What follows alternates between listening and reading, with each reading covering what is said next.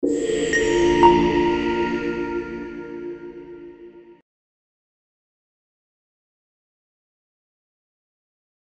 vous accueillir à l'hôpital suburbain du Bouscat pour ce premier retour d'expérience de transfusion sanguine à domicile de la région Nouvelle-Aquitaine. Comme sera fait dans la présentation, donc, la première transfusion a été faite en 2023. Comme vous le savez, certaines HAD en France le font dans différentes régions.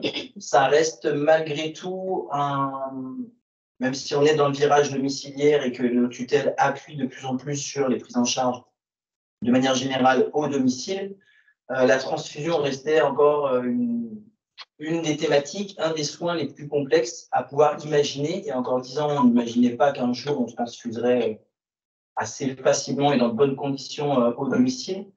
Voilà. Pour autant, ça s'est fait en France il y a quelques années et ça s'est fait donc en région Nouvelle-Aquitaine en 2023. Et voilà, on voulait partager cette petite expérience avec l'ensemble de nos partenaires, alors aussi bien les HAD de la plateforme girondine, nos 4 HAD, avec Langon, Bagatelle et Libourne, avec qui sont très intéressés et qui souhaitent également développer l'offre sur le territoire. Après, chacun a ses projets, son rythme, mais le tout, c'est que cette plateforme girondine des HAD puisse proposer la même offre de soins à tous les patients du territoire. Et après, peut-être dans un second temps, élargir aux autres départements de la région Nouvelle-Aquitaine. Donc voilà, ce qu'on a réalisé en 2023, on va le poursuivre en s'améliorant sur les quelques points qu'il y a encore et qui seront discutés. Mais voilà, c'est une prise en charge peut faire peur au premier abord au domicile, où on discuterait, mais qui a des bénéfices très importants pour les structures, pour les patients, pour l'assurance maladie, et notamment dans les délais. Qui seront exposés tout au long de la présentation.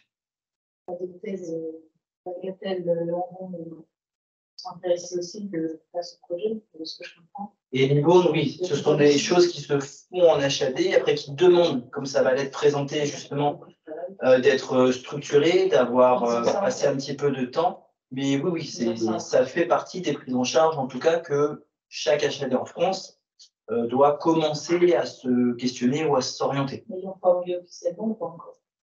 Pas que je sache. Officiellement est un grand mot, mais oui, c'est dans les sujets de discussion. C'est dans les sujets de discussion. Après, je ne connais pas leur rétro-planning sur le développement des projets. Le docteur Garner vient de nous rejoindre. Bonjour Bénédicte, de l'hôpital de Bagatelle. Bonjour, merci. Excusez-moi du retard. C'est pas grave. On a fait un tour de table et si tout le monde est d'accord, on va démarrer la présentation. Alors, la Chapelle, pour se fixer un petit peu au courant, les textes ont été légèrement modifiés. La Chapelle est devenue une activité de soins à part entière depuis le 1er juin 2023. Ça va impliquer quelques modifications. Vous aurez des HAD qui auront une activité socle et il y a des activités de spécialisation qui vont apparaître avec l'enfant moins de 3 ans, la rééducation et l'anté-postpartum. Donc, toutes nos autorisations vont être renouvelées dans le courant de l'année 2024. Et donc, ce sont des offres que vous allez voir apparaître sur votre territoire. Je vous ai remis la définition de ce que c'est que l'HAD sur l'écran. La définition est à peu près la même depuis 2017. Donc, c'est assuré à la prise en charge des patients à leur domicile avec des soins médicaux et paramédicaux coordonnés. La différence avec le soin dû habituel, c'est souvent la complexité des soins, la fréquence des actes ou la complexité du milieu. Les gens socialement précaires, souvent, les soins de vie ne suffisent pas. On contribue en tant qu'HAD à l'évaluation et à l'orientation de nos patients. On a une activité qui se doit d'être coordonnée et multidisciplinaire, donc on doit intervenir dans tous les champs, y compris psychosociaux et l'éducation thérapeutique. Les temps d'HAD, comme c'est une hospitalisation à domicile, le temps peut être C'est pas forcément une activité pérenne pour un patient, c'est-à-dire une entrée et jamais sortir d'HAD, ça peut être vraiment des séjours ponctuels qui sont assez longtemps, une antibiothérapie, 5 jours, etc., etc. C'est pas parce qu'un patient rentre en HAD qu'il reste en HAD toute sa vie. L'hôpital du Bouscat est donc doté d'une HAD depuis 2002 maintenant. Votre territoire géographique s'étend du nord de la ville de Bordeaux jusqu'à la pointe du Verdon. On accueille en moyenne aujourd'hui 125 patients jour pour des prises en charge de différents ordres, en particulier soins palliatifs, traitements complexes, soins neurologiques, traitements intraveineux, chimiothérapie et donc transfusion maintenant. Notre équipe est multidisciplinaire.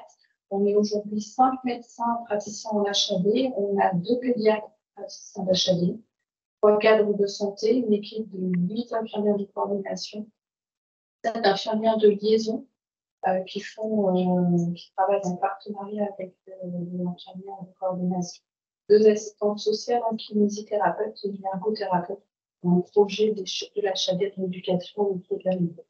On a bien entendu une équipe soignante. Les soignants sont à la fois des salariés, mais parfois aussi des libéraux. Ça dépend un peu des territoires et des nombres de patients. On ne se substitue pas. Si l'équipe libérale est en place au domicile, on ne va pas se substituer aux libéraux. On va les laisser en place pour prendre certains soins ou pas, selon c'est vraiment du partenariat. Et dans le secteur du Médoc, on a pour l'instant que du personnel libéral. On n'a pas du tout de salariés, hormis les aides-soignantes qui interviennent pour les soins de nursing dans ce territoire. Concernant la chimiothérapie, la transfusion, c'est uniquement des infirmiers de l'équipe de l'HAD du Bouscat. Séparation pour la clinique. Alors, je vais laisser la parole à Sandrine pour tout ce qui est la jeunesse de ce projet. C'est un projet qu'on a co-développé avec Valérie, puisqu'on est arrivé à peu près en même temps à la HAD. Vous voyez, ça date de 2020. C'est un projet qui est donc assez ancien et qu'on a développé en 2023, puisque on a eu le soutien des tutelles, puisque comme je le disais justement, il faut un petit peu désengorger les HDJ, donc pouvoir le faire en HAD, c'est bien. Malheureusement, la crise sanitaire nous a un peu stoppé dans notre élan, comme un peu beaucoup de projets. Et donc, courant 2022, après la crise sanitaire et puis avoir pu restabiliser nos équipes post-crise, on s'est relancé dans le projet avec l'aboutissement de tout le travail qui avait été préparé en amont et qu'on a remis à jour en écrivant un nombre assez important de documents pour pouvoir écrire et formaliser ce process pour qu'on puisse le sécuriser et que les conditions soient, que toutes les conditions soient requises pour qu'il y ait la même qualité et sécurité des soins qu'à l'hôpital. On a travaillé en collaboration avec l'EFS et l'ARS pour réaliser ce projet. On s'est appuyé sur eux pour certains points bien spécifiques. Et ensuite, ils nous ont validé l'ensemble de nos procédures. Nos infirmières, alors, nous avons été, nous, en formation à la FINEAD, d'abord pour voir un petit peu quels étaient les attendus, qu'est-ce qu'ils proposaient pour transposer la transfusion à domicile.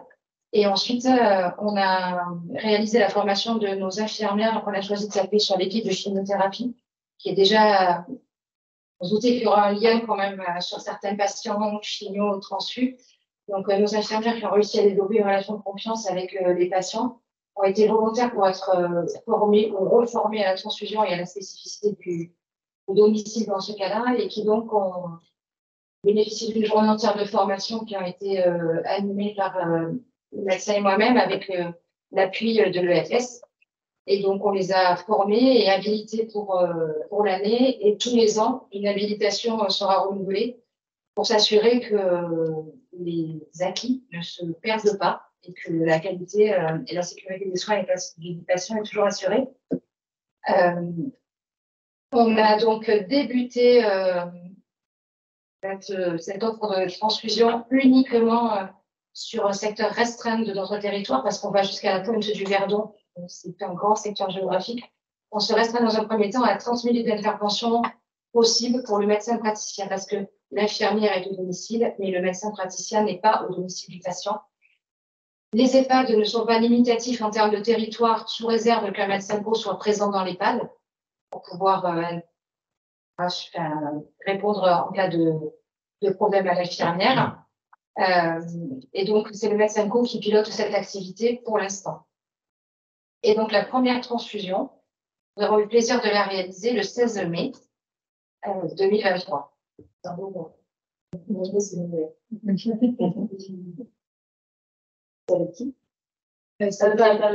Non, c'était une patiente d'HAD qui était en chimiothérapie, qui avait des besoins de soutien transfusionnel et qui commençait à se lasser de devoir partir en hôpital. C'était ah, c'est pas le bon. Je me disais, il y a des choses très sûres que j'ai corrigées. Alors, quelques données chiffrées sur notre activité. On a donc eu 21 demandes de réalisation de transfusion. On a donné 13 accords de prise en charge. On a fait 8 refus. 5, la majorité des refus, c'est parce que les patients n'habitaient pas dans le secteur concours. Puisqu'on est pour un secteur restreint pour cette première phase. On a fait un refus parce que la personne vivait seule à son domicile et qu'il n'y avait pas le moyen d'avoir un présent, un aidant présent au domicile. On verra tout à l'heure que c'est indispensable pour la réalisation de l'acte. On a refusé un patient qui n'avait pas un capital veineux qui nous semblait suffisant pour éviter de perdre un kilo. Et enfin, un patient à qui on n'est pas allé au bout de la demande parce qu'on ne trouvait pas la réalisation de la transfusion personnelle dans son état. Voilà. Au total, on a fait 26 actes, 26 kilos. La limite de la réalisation de l'acte transfusionnel en HRI, c'est que c'est 1 kilo par jour, mais on n'est pas autorisé à faire davantage. Pour des raisons de sécurité. C'est quand même le subventionné pour non, les patients à domicile, ça ne les gêne pas. Alors, les critères généraux des indications. Donc, alors, je n'ai pas repris tous les critères d'inscription d'HAD, mais pour pouvoir rentrer en HAD, il y a quand même, il faut que les patients doivent bénéficier d'un acte qui nécessite la prise en charge en HAD. Donc, il soit stable, qu'il n'y ait pas besoin d'un secteur de réanimation, des choses très banales. Donc, pour faire une transfusion, il nous faut absolument un patient qui soit quand même en capacité de dire s'il est d'accord ou pas avec la réalisation de l'acte, parce qu'on a besoin de son consentement. Qui puisse aussi verbaliser s'il y a une douleur, s'il y a un malaise, en capacité d'interagir avec nous. Des patients très bénins, agités, avec des démonstrés, on doit quand même bien poser dans la planification. Et il nous faut aussi un accompagnant, quelqu'un qui soit alors, en EHPAD, ces critères ne vont pas parce qu'il y a du monde autour, mais à domicile, il nous faut absolument une personne qui soit avec le patient tout au long de l'acte transfusionnel et qui s'engage à rester dans les 2 heures qui suivent. Parce que normalement, on rappelle 2 heures après pour s'assurer qu'il n'y a pas eu de fièvre, il n'y a pas eu de rage, tout va bien, on a pas eu de vous intervenir en EHPAD. On intervient aussi en arrêt. Donc là, ça fait, alors, du coup, moins limité par le territoire, on peut aller en EHPAD, transfuser. On est moins limité par le territoire. S'il y a un métro dans l'EHPAD, on est sûr qu'on s'organise pour la transfusion du moment où le coordinateur de l'EHPAD est présent. Et du coup, on peut transfuser jusqu'au verdon et jusqu'à ce que un des critères généraux, mais qui n'est pas une contre-indication stricte, s'il ne répond pas, c'est la transfusion, l'existence d'une transfusion préalable en MCO. Normalement, le patient doit avoir déjà été transfusé en MCO, il ne doit pas avoir tout d'événements indésirables au receveur lors de cette première transfusion. Les PA, les récinctations. Voilà, alors c'est pas une contre-indication stricte. On reste plus longtemps, on passe le plus longtemps, on évite, on prend les mêmes précautions que la première fois en MCO, mais globalement, c'est pas une contre-indication, mais il faut qu'on mesure la balance bénéfice-risque pour le patient. C'est très bien passé, il n'y a pas trop d'inquiétude, et il faut effectivement du coup un abord vasculaire de qualité, permettant la transfusion. soit un manque d'hôpital veineux, parce qu'on va que ce soit aussi ou un piquet. En tout cas, un patient dont on sait que le capital veineux ne va pas tenir lors de l'évaluation, on va être réticent à mettre en place une transfusion. Une fois qu'on a réceptionné le culot, si jamais on ne le pose pas, il est perdu. C'est un petit peu dommage. Dans quel cadre on transfuse à l'HAD? Alors, on transfuse les gens qui ont besoin d'un support transfusionnel régulier. Donc, c'est le cas de beaucoup de patients néonataux.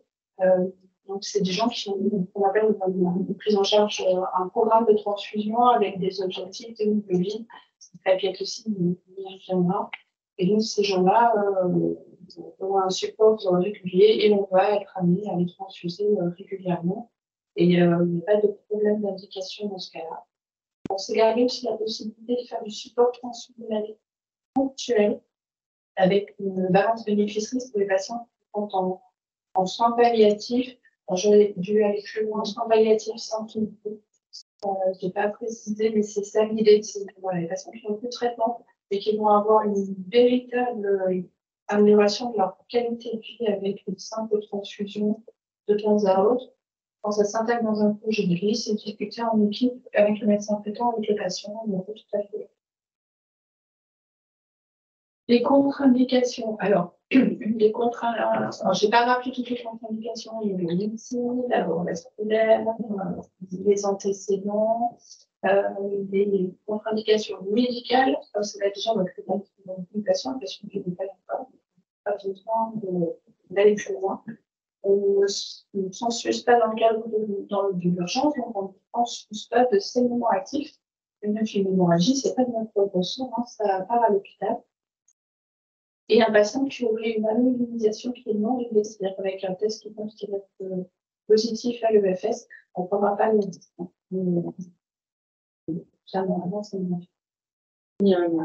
Par rapport à ce dernier détail sur les rails positifs, si un patient a des antécédents de rails positifs mais qui ne montent plus, dans l'idéal, nous faire apparaître dans le dossier que vous transmettez, puisqu'en fait, la coordination pour le bilan sanguin n'est pas le même, puisqu'on doit envoyer le bilan sang pour les rails à l'EFS et non au laboratoire de ville, ce qui demande une logistique différente. Si on l'a en tête, ça, c'est c'est un critère pour recherche parce que ça change le process d'orientation de l'étude. Normalement, sur les comptes rendus de labo, mais que ça soit connu chez nous, c'est tous les antécédents d'anticorps sont inscrits en haut du bilan. Tous les labos doivent le faire. Même s'il n'y a pas de rail demandé sur le bilan. D'accord. Oui, l'identité, oui.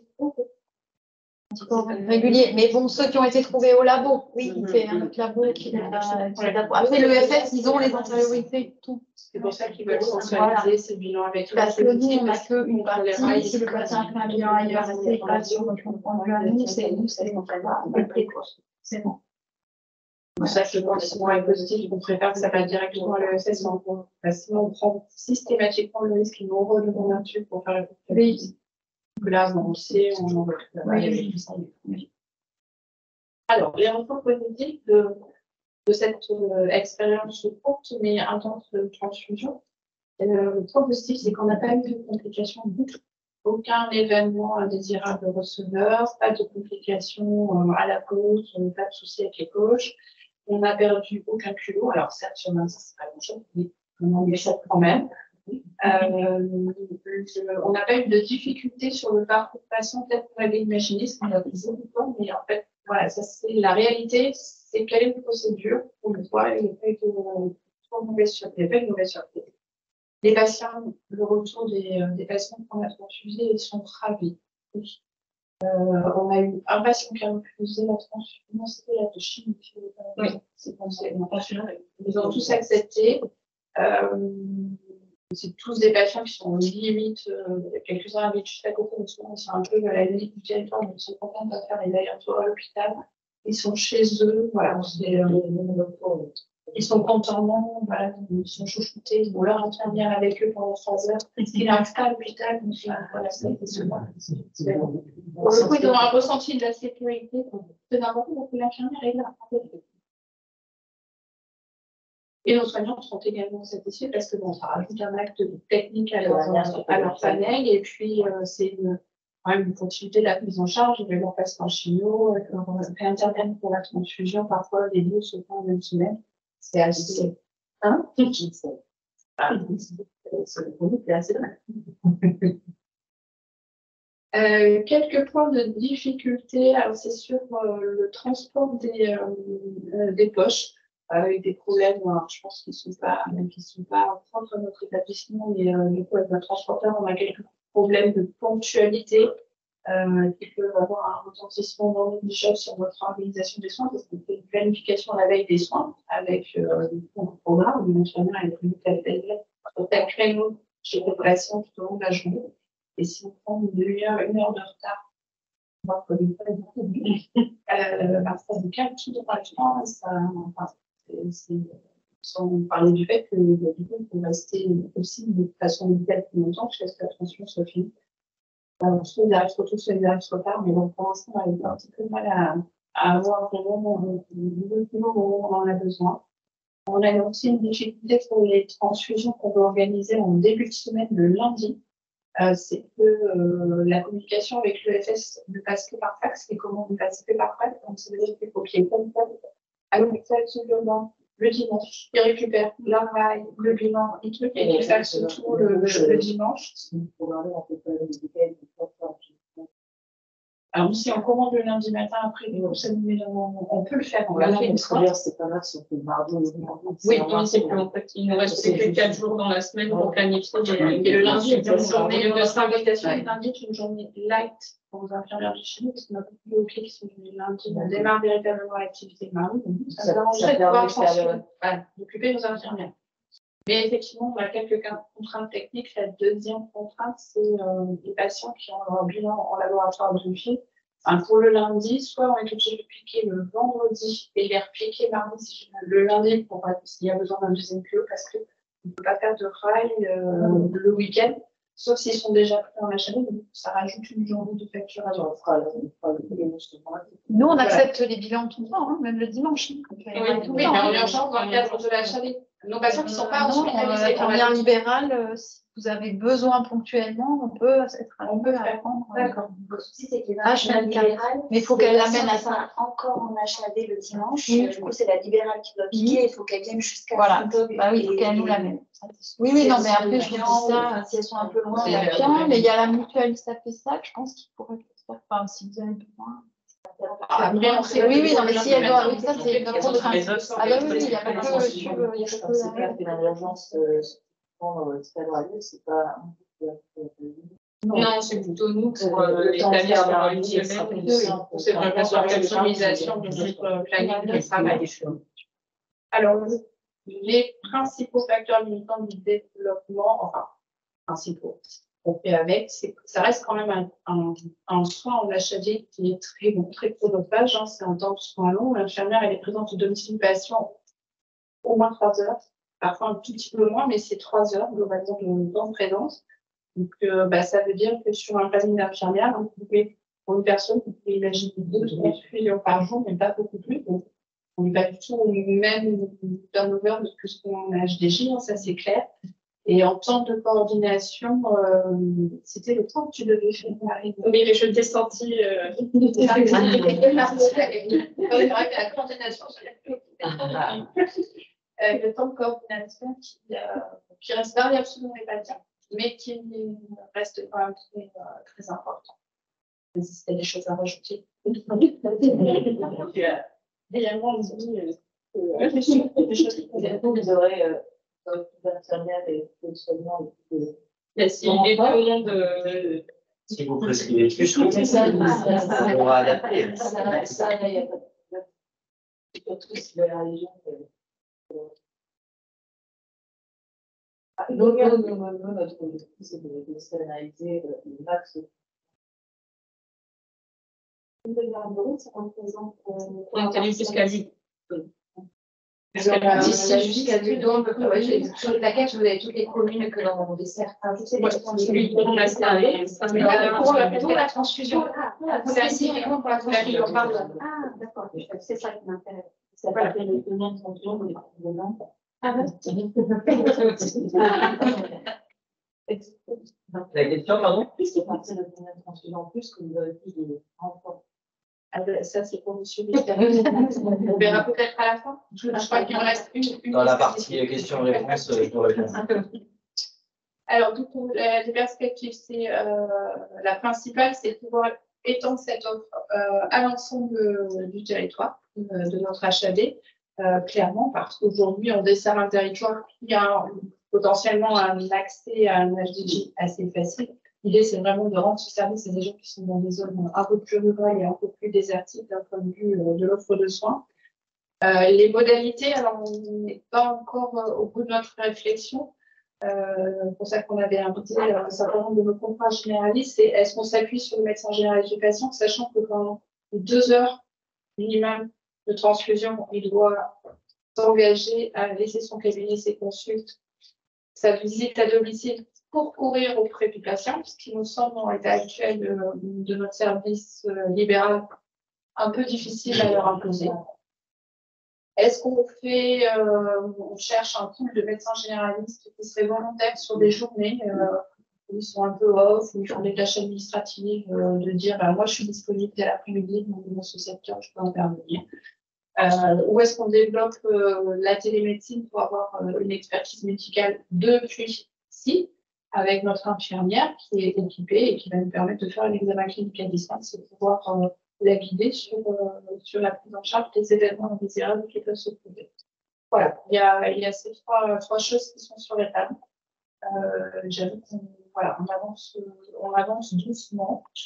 Des médecins, les prix des médecins sur le côté.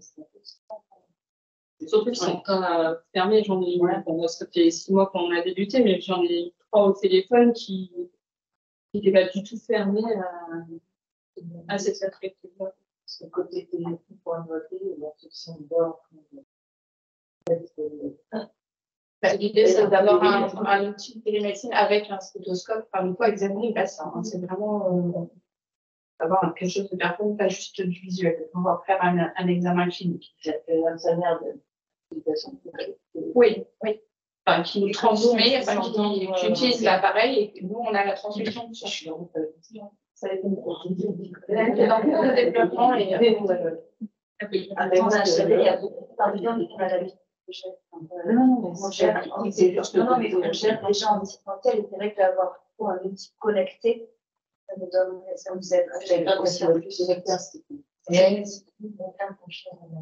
Beaucoup de choses. Oui. La gestion d'échographie pour faire l'examen abdominal, c'est des choses familières. Et bon, après, ça a un coût aussi qui est non négligeable.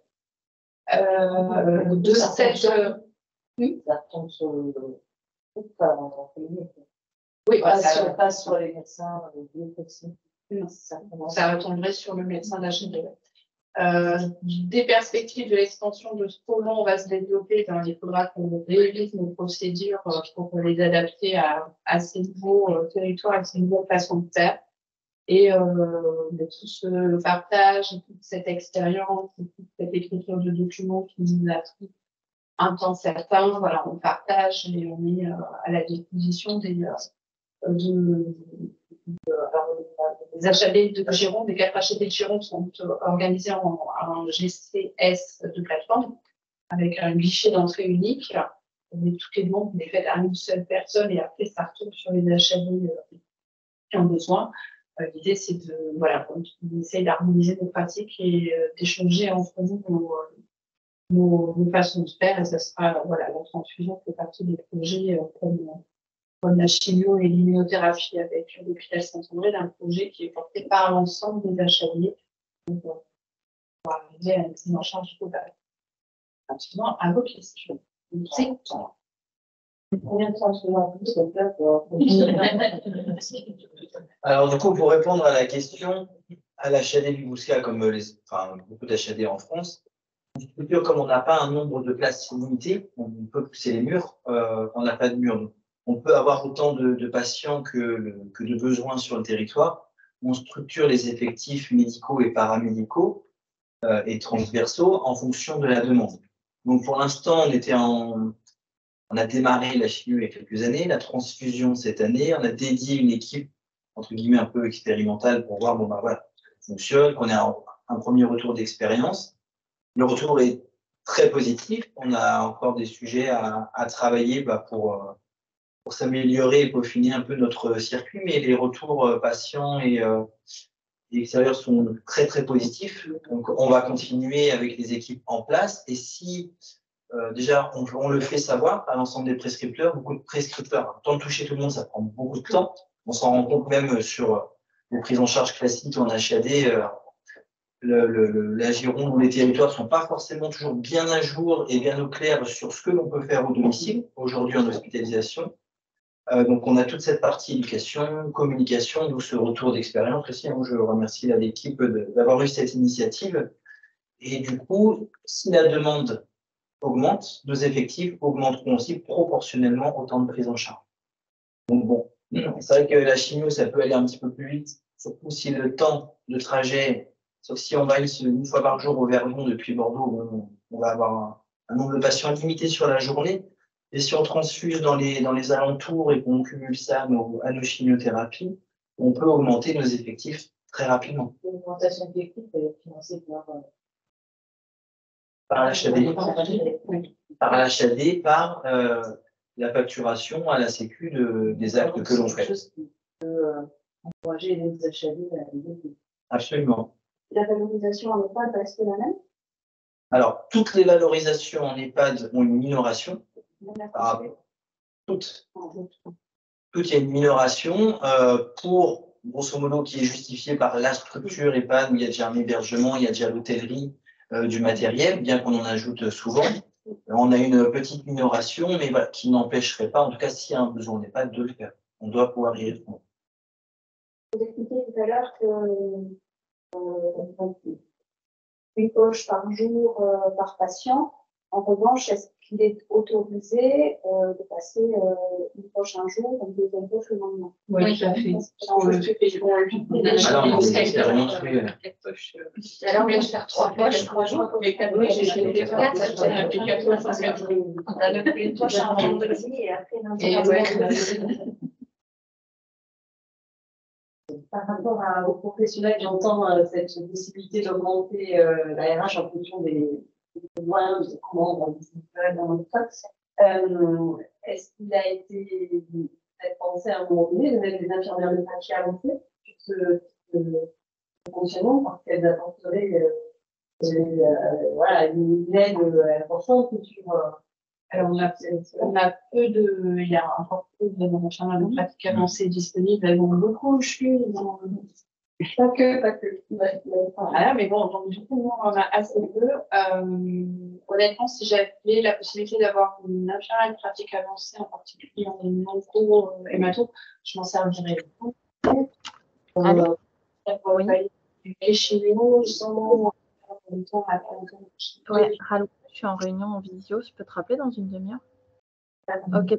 Je trouve que ça serait de faire que de la transfusion. Non, je ne dis pas forcément que la transfusion, mais dans un contexte où sur certaines surveillances un peu plus complexes, parce que j'entends que en fait, les patients qui ont été transfusés, c'est quand même des contextes de patients qui ont quasiment tous un cancer, avec une vigilance à avoir entre la chimio, la transfusion, il y a quand même pas mal de complexité dans tout ça. Donc, c'est pour ça que ça m'a fait penser aux IPA de ce que vous décrivez, et dans un contexte en plus en charge à domicile avec tout ce qu'on peut imaginer. Justement, c'était une question oui, alors c'est un acte complexe qui pour l'instant est piloté, supervisé par le médecin et on est encore en période, débute. Donc on a besoin de bien cadrer le projet, que le médecin supervise bien le sujet en direct avec les équipes, nos équipes salariées soignantes formées à ça que l'on suit. Dans quelques années, on verra. Les IPA, on y pense, mais sur d'autres filières où ça se développe beaucoup plus. notamment la douleur, les plaies, pansements complexes, des choses comme ça, où il y a beaucoup de pertinence à libérer du temps médical pour justement pouvoir le déléguer à des infirmières en pratique avancée. On pense de manière générale sur l'hôpital, pas que sur l'HAD, mais en tout cas sur la transfusion, on n'en est pas à ce stade-là. Déjà, on fait un retour d'expérience, on améliore nos pratiques, on continue à développer, à bien sécuriser.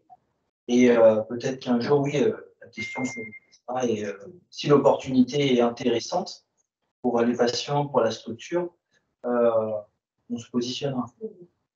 On a l'avantage que les infirmières qui font la transfusion chez nous sont celles qui font la chimie aussi. On a une équipe de 4 infirmières, une équipe fixe depuis quelques temps qui sont 4. On connaît bien les patients, elles sont plus en source d'alerte au domicile et puis après ça fait la cascade. Moi, je ne gère que cette filière de chimio et de transfusion, une petite activité de déplacement, mais je gère les enseignements. Ça permet quand même de connaître les patients, d'avoir un peu de temps pour échanger avec les praticiens quand on fait quelque chose qui. Là, il a passé la journée nickel. La maîtresse de ma main un texto à la fin, c'était mignon pour me dire impeccable à part du vrai. Mais hier soir, il était capote, en fait, j'avais 38. Ah. Moi, c'est pas grave. Il était au lit à 7h30. La Chadée de Langon, on vous entend. Oh, pardon. C'était. C'est le docteur Dig en onco à Saint-André. Alors, des fois, c'est haché, peut-être vous l'avez dit et je l'ai loupé. Est-ce qu'on peut commencer à travailler avec vous sur les transfusions dès demain? Est-ce qu'on peut en demander? Ah oui, oui. Ok. En mettant peut-être des gens de Bordeaux, Bouscat, sur un territoire réduit au départ. Et pour faire intervenir la planète avec l'information. D'accord. Est-ce qu'il faudra adapter la fiche synthétique que vous nous aviez proposée? Bon, ça, c'est à voir ensemble. Et quel est surtout le délai entre notre demande et réalisation de l'acte s'il est un petit peu urgent, par exemple? Comment il faut se programmer? En termes de délai, si on a tous les documents nécessaires, c'est-à-dire la carte de groupe, le dernier bilan sanguin qui justifie donc la transfusion, les règles de moins de 72 heures, il y a un compte rendu reprenant un peu les antécédents médicaux du patient, on peut agir dans les 2 jours, même pas le lendemain, dans les 24 heures. Ça peut dépendre de la réactivité sur les documents en fait, que j'ai.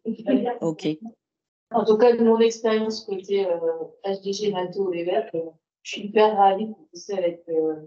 Parce que chaque fois que je vais dans un petit peu de campus, ça se fait vite et il n'y a jamais de problème. C'est-à-dire qu'avec du coup le G2 à Olévec, c'est vrai qu'on a tout de suite tous les documents, la carte de groupe, le bilan sanguin et un compte rendu. C'est vachement bien. Voilà, il y a un travail de secrétariat qui est admirablement réalisé. Vachement réalisé. Moi, je voudrais poser une question sur le territoire. Aujourd'hui, est-ce qu'il y a d'autres HAD qui ont tenté la nature ou pas encore? Sur le 4 HAD. Sur le 4 HAD, non, pas encore. Une question. Alors, moi, j'ai fait partie du lancement de l'HAD Clino avec Appel en 2000. Je sais plus. Et donc, à l'époque, on était fait HAD sur le territoire à thérapie à domicile, et donc nous avions eu l'autorisation de venir un peu sur une plate-bande, parce que à ce moment-là, le Bouscat ne s'était pas encore dimensionné sur cette activité. Une fois que ça a été le cas, Bagatelle s'est retirée, laissant la place à chaque HAD et la réalisation du territoire. Est-ce que, je vais poser peut-être une question qui fâche, est-ce que c'est une activité qui pourrait être, un modèle qui pourrait être envisagé, en tout cas en restant dans la limite de votre territoire des 30 minutes, de déborder un petit peu sur d'autres J'ai déjà eu des demandes, oui, effectivement, de personnes qui étaient sur le secteur de la Bagatelle et qui, mais on n'avait pas eu assez de documents pour. En fait, il y a eu trop de doutes, d'incertitudes. Je pense que comme c'est un projet qui vient de débuter, c'est vrai que le temps que on demande à la direction. Après, il y a des demandes en HDJ qui se font. Donc, ça n'a pas pu se faire. Mais en tout cas, on a une autorisation, monsieur Michel. On prévient nos collègues de Bagatelle, on leur signale et voilà, comme Alors, la réponse est oui, pour toutes les prises en charge, et encore plus la transfusion comme pour l'instant, aujourd'hui, demain, les quatre le feront très certainement. On est la seule HAD à pouvoir le faire. Donc, après, il ne faut pas que la demande soit le coup de l'encontre. Non, mais Parce que mais si c'est dans nos alentours, on le fait, on étudie la demande, la pertinence de la demande, on le fait déjà sur d'autres activités comme la pédiatrie. Et la question ne fâche pas, on s'entend très bien avec les 3 autres HAD de Gironde. Et on est vraiment dans de l'entrée, c'est vraiment typique à chaque fois. Ils nous sollicitent, on peut les solliciter en fonction il y en a un qui est un peu tendu en ce moment, on va avoir des en charge rapide. On le fait, on s'entraide le tout, c'est que le patient soit pris en charge. Non, mais la question est très pertinente.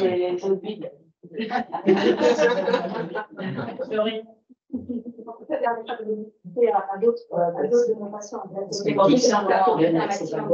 Il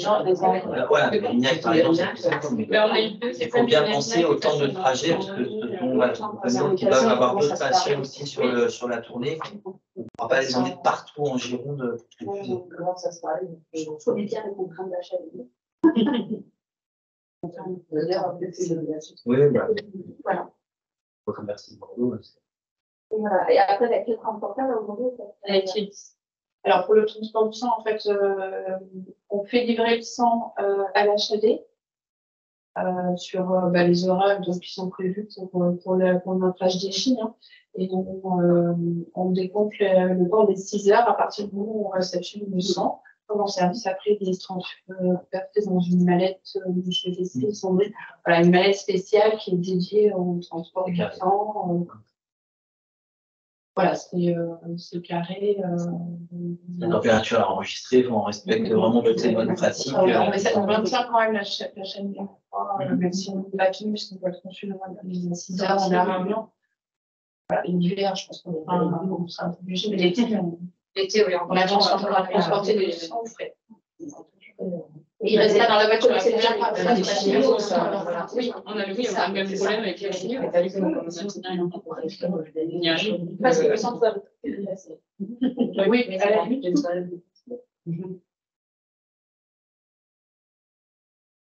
Et du coup, les autres HAD qui sont cogités là,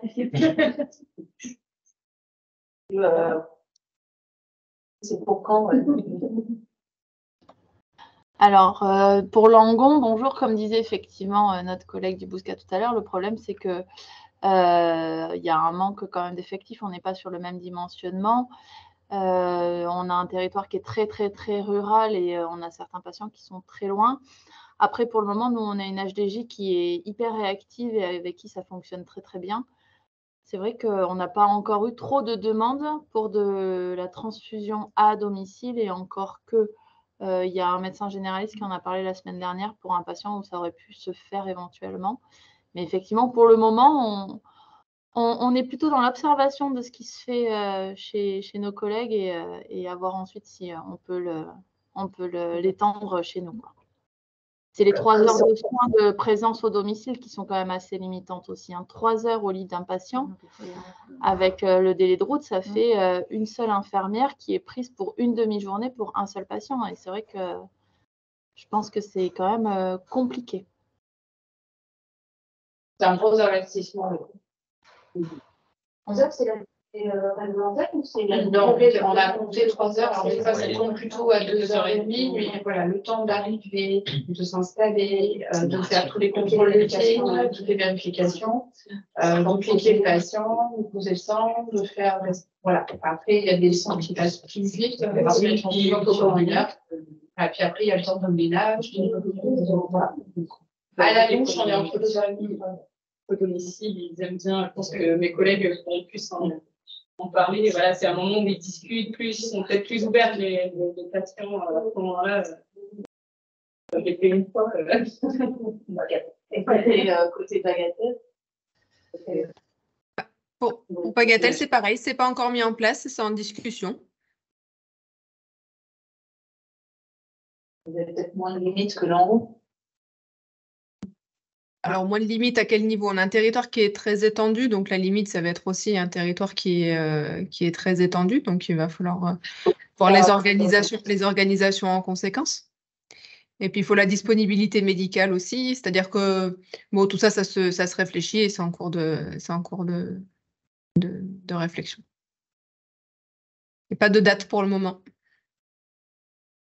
C'est vrai que ça reste une activité très contraignante.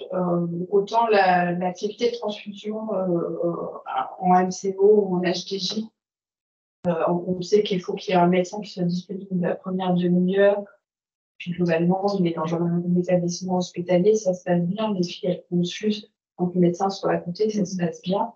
Les critères pour transfuser à domicile, c'est vraiment, les tutelles ont mis vraiment le maximum de sécurité pour que déjà les prescripteurs aient envie de le faire, mais aussi que les patients soient rassurés. Donc, en fait, on a beaucoup plus de contraintes à les faire à domicile que ce qu'on a à un MCO. Parce qu'on ne peut pas motiver les troupes en utilisant ce temps de tension pour faire beaucoup de bien-être, aussi dans l'air du temps, pour créer de la réflexologie, je ne sais pas quoi, ou qui pourrait donner de la valorisation à côté et qui pourrait. Pendant 2 heures, on peut faire beaucoup de choses. Pour ça, après, en HAD, on fait des soins hospitaliers. Donc, nous, ce sont des choses qui peuvent venir en parallèle de la prise en charge hospitalière. Pour lesquelles on n'aura pas de plus-value. Il y en a une pour le patient, c'est certain. D'accord. Déjà, d'avoir c'est l'infirmière. Oui, c'est des soins qu'on ne trouve plus. Non, on reste dans du soin sanitaire. C'est pas dans les cliniques d'intégrer un peu de soins de support sur les HAD, ça fait des choses qui discutent. On le fait déjà. Oui, de manière valorisable. Ah, on le fait déjà, évidemment. C'est valorisé dans le package de soins palliatifs. Il n'y a pas de. C'est même très régulier. Hein. Non, le faire, c'est largement pratiqué, mais c'est pas valorisé à la hauteur de ce que c'est fait véritablement. En fait, c'est déjà intégré dans les portes. C'est valorisé. Ça aurait pu être un outil en plus à motiver de lancer. On sait que quand on fait du soin palliatif à domicile, on ne peut pas valoriser l'activité psychosociale, l'accompagnement psychosocial en même temps parce que c'est intégré dans le soin palliatif.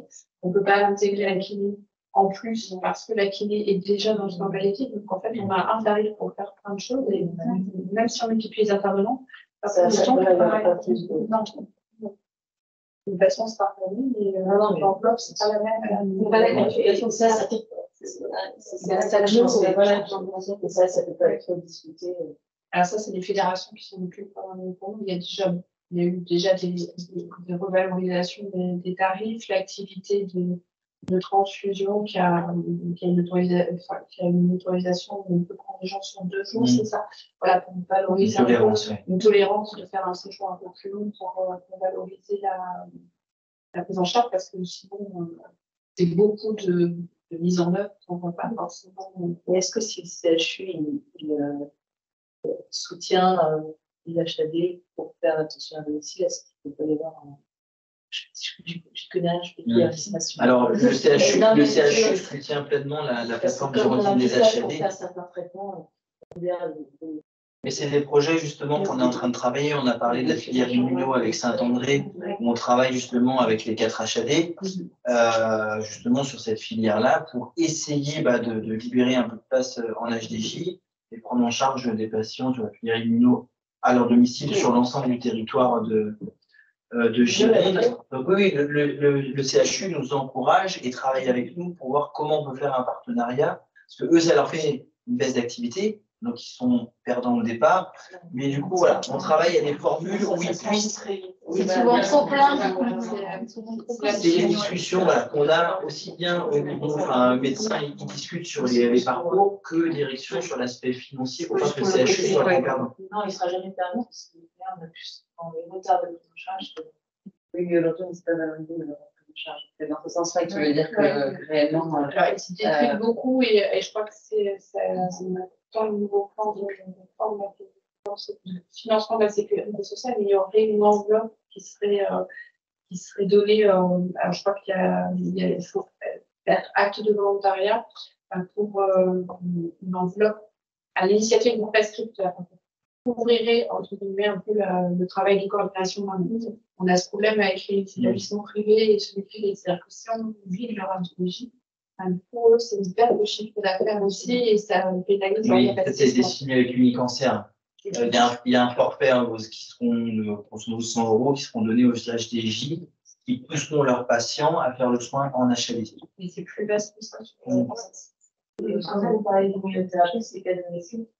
Alors, Laurence, si je me trompe, tu me dis, on est parti sur du parno et du niveau en monothérapie. Donc, je connais ce qui est des patients qui Ouais, après réévaluation, donc il y a un temps, j'en ai discuté avec Saint-André, c'était que le premier cycle, en fait, le traitement jusqu'à la réévaluation de l'immunothérapie. Et ensuite, on est en train de finaliser. Saint-André, on travaille. Bon, la prochaine réunion, c'est le 14 décembre, c'est bien. Oui, c'est ça. Si vous autorisez à Saint-André, vous autorisez à le mettre. Oui, on d'accord. C'est faut dire quand c'est pas le pour le parcours du jour, parce qu'on en a un sur. Nous, on peut déjà le faire, en fait. Là, c'est pas une filière, c'est un travail particulier avec Saint-André et puis un travail qu'on fait sur les 4 HN en même temps avec une même demande, une même façon de faire, un temps de mise à disposition. Parce qu'il y a toujours la difficulté du hockey chinois sur les secteurs et c'est vous et Valérie. tout le monde en fait déjà, l'immunothérapie. Lignée Rivière en fait. Bénédicte, tu en fais aussi à Bagatelle de l'immunothérapie déjà? Non, il n'y en a pas. Là, t'en as pas? Et je ne sais pas. Langon, on en fait un peu, oui. On en fait quelques-unes. D'accord, donc c'est super.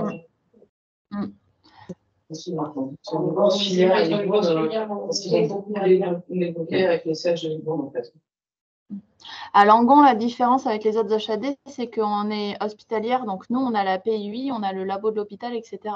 Et ça, ça facilite une filière, certaines prises en charge par rapport à vous, parce que du coup, on a cette continuité entre l'HDJ de l'hôpital de Langon, nous, les oncologues, etc. Et donc, en ce qui concerne l'immuno, par exemple, ça facilite certaines choses. Et ça peut être facilitant aussi pour la transfusion, parce que pour le coup, le problème des rails de week-end, le problème de la délivrance du sang, etc., on a déjà sur place, nous. Ce qui limitera l'HAD, la transfusion, c'est vraiment le temps et la distance, la ruralité du secteur. Oui, alors là, je crois qu'on n'a pas encore défini de rythmicité avec l'équipe de Saint-André. Je ne me trompe pas, Laurence. Mais normalement, oui, ce qui était initialement, ce qu'on avait imaginé, c'est un certain nombre de cures en HAD, et puis après une évaluation en HDJ complète et un retour un peu comme on fait sur les chimios et sur un projet côté hémato, parce que normalement, on peut le faire aussi. On va peut-être prendre le même en fait. Je ne sais pas si on pourra revenir vers le même, parce que c'est pas le même. C'est pas le même patient. On regardera ça. Et comment on peut vous aider j'ai bien compris que le lundi, c'est pas pertinent parce que les organisations pour faire l'attention le lundi, c'est pas bon. Et vous, qu'est-ce qui vous aide le plus à pouvoir prendre en charge? Est-ce qu'il faut appeler n'importe quoi la semaine d'avant et on prépare le truc pour que vous ayez tout? Qu'est-ce qui est le plus efficace en fait? Le plus efficace, c'est comme on fait avec le docteur Nicolis, c'est voilà, on connaît qu'il y a le besoin, un patient qui a un niveau de dysplasie, par exemple, on le sait. Et à ce moment-là, on fait une demande, on donne par exemple un seuil au niveau de l'hémoglobine, c'est ce qu'on fait également avec Véronique, on a un patient. Et le patient, on reçoit son bilan sanguin, où il est affiché par exemple une hémoglobine inférieure à celle, et à ce moment-là, on enclenche tout. C'est-à-dire que les rails ont déjà été privé. C'est prescrit, hémoglobine et rail, c'est prescrit après, ça c'est quelqu'un qui dit sa prescription, c'est déjà écrit, donc le labo. Oui, déjà, les rails sont déjà prescrits. Ouais, la rail, elle arrive normalement à la Mais après, dans l'idée, peut-être moins participer. En général, si on a la semaine d'avance, ça permet de bien ajuster les effectifs et de se dire à quel moment on va se transfuser dans la semaine par rapport au planning de chimiothérapie. Aujourd'hui, si on avait voulu transfuser ce vendredi-là, on n'aurait pas pu. Je pense parce qu'on avait vraiment beaucoup de chimiothérapie à faire et qu'on n'aurait pas réussi à caler un acte supplémentaire. Alors que lundi, du coup, on n'a pas de. On a une fois une chimio par mois, enfin toutes les 3 semaines. Donc on avait largement le temps de le faire. Ça nous demande plus de travail pour les transfusions du lundi parce que ça demande plus d'anticipation et de coordination. Mais c'est pas limitant en soi. C'est juste qu'il faut vraiment qu'on. Et la transfusion, elle est déclenchée donc, par le taux d'hémoglobine au moment où ça se passe. Donc en fait, après, en combien de temps par rapport à ça, vous mettez en place la transfusion? On a 72 heures. Mais les règles sont valables 72 heures. Donc en fait, nous, on part du principe qu'on a 72 heures. Après, si la demande du médecin est 1, 2 ou 3 kilos, on s'adapte. C'est que si on connaît le patient en amont, qu'on connaît le dossier, s'il a des antécédents cardiaques, c'est quand même sympa de le connaître. Mais la règle est la même, peu importe le type de prise en charge. Plus tôt vous prescrivez, au mieux on prendra en charge le patient. Pour tout type de prise en charge, pas que pour la transfusion. Oui, c'est un des principes d'HAD et c'est une des difficultés sur lesquelles les médecins sont souvent confrontés. La demande de prise en charge en HAD, peu importe le motif, arrive souvent tardivement. Quand on étudie un petit peu, on se rend compte qu'elle aurait pu arriver quelques heures, voire quelques jours, parfois quelques semaines avant, et qu'on aurait pu bien mieux encadrer l'accueil du patient et sa prise en charge.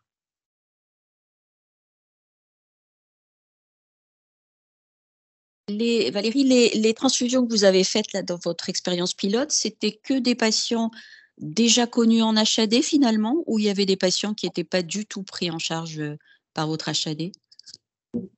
Non, on a eu des patients qu'on avait en HAD dit socle pour du soin palliatif spécifique avec une chimiothérapie dans un autre établissement.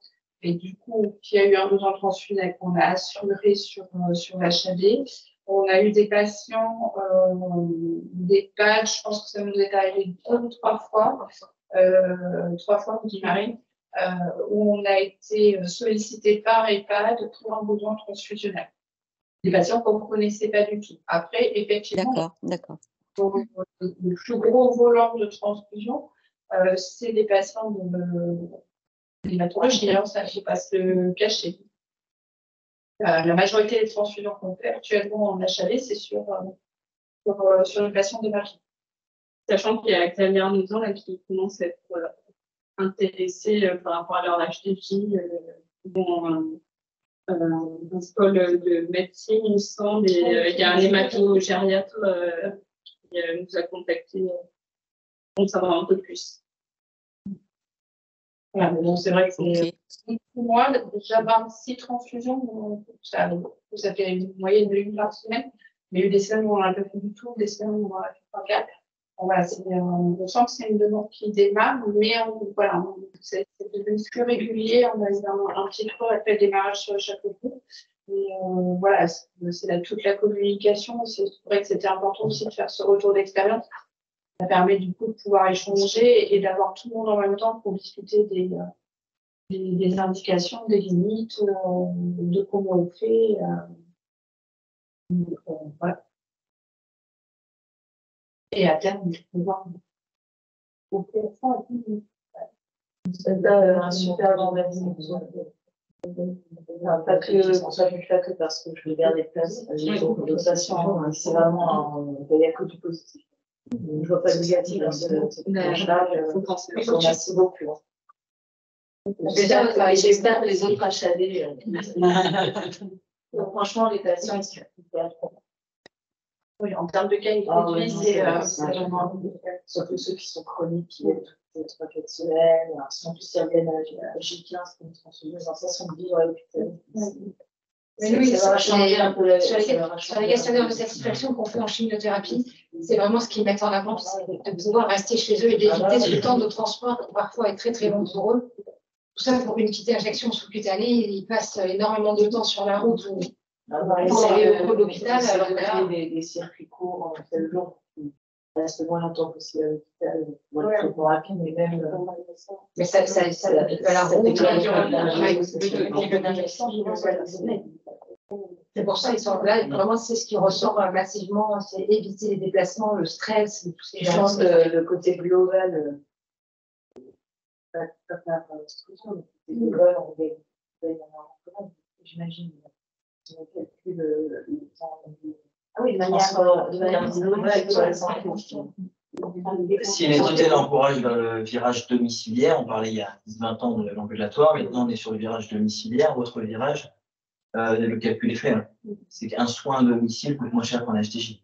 Quand il est bien organisé, bien ficelé, hein, bien sûr. Ouais. Mais oui. Après, je pense qu'il faut qu'il y ait une coopération entre le côté ambulatoire. Oui, c'est ça aussi qui rend le travail en HTJ agréable, c'est de pouvoir travailler en milieu hospitalier et d'être en HTJ, ça me permet d'être un peu à domicile et de garder ces contacts avec l'hospitalier, d'avoir cette vision en combat. Enfin, c'est quand même sympa de pouvoir échanger avec, de s'enrichir, de toujours échanger avec les autres. Enfin, ça, c'est portable. Enfin, c'est pas pour attention, mais c'est le docteur Colin qui m'avait aidé pour avoir un peu en charge palliative hyper rapidement dans la foulée. J'ai demandé, puis bon, les 2 jours qui ont suivi, tout avait été organisé.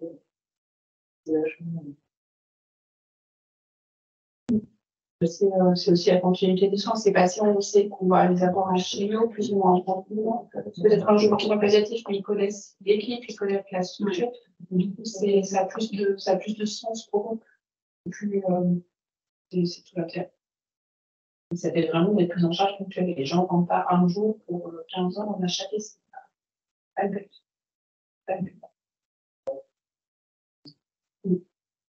Voilà. En tout cas, merci pour vos retours. Des questions à distance plutôt merci.